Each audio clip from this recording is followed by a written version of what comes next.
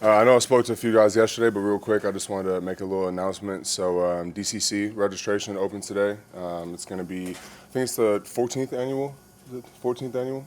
So it's going to be on February 24th of next year. Obviously, DCC is an amazing cause doing cancer research for Sylvester. And all of us have either been affected directly or have had a loved one, somebody they know affected by cancer. So if you guys could spread the word for me, I'll be serving as a board member for the second consecutive year, and obviously participating in the ride this year as well. So a lot of fun things happening, a lot of money going to a great cause. So if you guys could help share that information, that'd be great. Why you decided to join the board and why it's so important to you? Yeah, so I mean, me personally, I've had several family members both die and be affected by cancer, and so for me, it was important to join the board. I think it's a great initiative, and to be able to, represent my team and show what the Dolphins do as a community, and the efforts that we make. It was just important for me to do. So it's really the least I can do, honestly.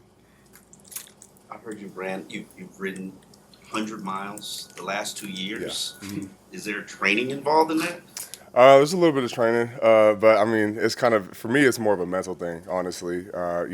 Obviously I wanted to do the ride because it's a great cause, but it was also a little bit of a challenge for me. When I told my girlfriend and my parents and stuff like that I was going to do it, they're like, no way you can do a 100 ride. You've never, ridden a bike like that before. I was like, all right, watch me. So yeah, it's definitely intense. And funny enough, they're changing it this year, the distances. They're going to do 99 miles for Jason Taylor, 54 for Zach Thomas. So they're kind of coordinating it with our Hall of Famers. So that's pretty cool. Yeah, when does your butt stop hurting? Say that again? Well, does your butt stop hurting? I think the better question is, when does it start hurting? It starts hurting around mile 50, and then mile 60 to mile 80 is real rough. And in that last stretch, you're just absolutely dead and just waiting for that finish line. But like I said, it's such an amazing cause. And once you get to the finish line and see, all the people you rode with and all the cancer survivors and stuff like that, it really is just a truly fulfilling feeling. Any football questions? I'm waiting for this tweet to be sent. Jaelan, this is a passing league, and pass rush is kind of the counter to that. Tell me how you think this pass rush can control games or alter games, especially under Vic this season. Yeah, I mean, obviously, pass rush is one of the major components in the game, and being able to have a successful pass rush, can really determine the success of a defense. And obviously, everybody's important in marrying, like I've said before, the back end with the pass rush is important. But to be able to affect the quarterback, play in and play out, whether it's sacks, pressures, hits, hurries, it's just really invaluable when it comes to you could ask him right here.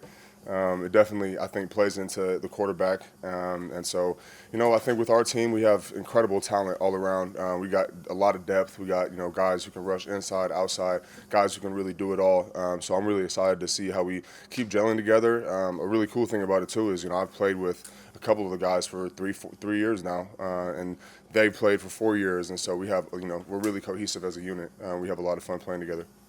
Mike gave a good scouting report on the edges. He said you guys can basically do whatever you want, so it's hard to get a book on you. Is that accurate? I mean, not whatever we want. You know what I'm saying? There's limitations, obviously, but I think, yeah, 100%. I mean, I think there's obviously a little bit of freedom within the constraints of our defense, and I think that's one really cool thing about this year, being able to use our athleticism and really just attack them in different ways. I would also say the same thing for our offense too. I mean, not that they can do whatever they want, but they're very multiple, and so it gives us a lot of challenging looks and really trains our eyes. How do you think you've improved in the pass rush? Like, what is something that you think you've really gotten better that you are excited to kind of showcase once the season starts?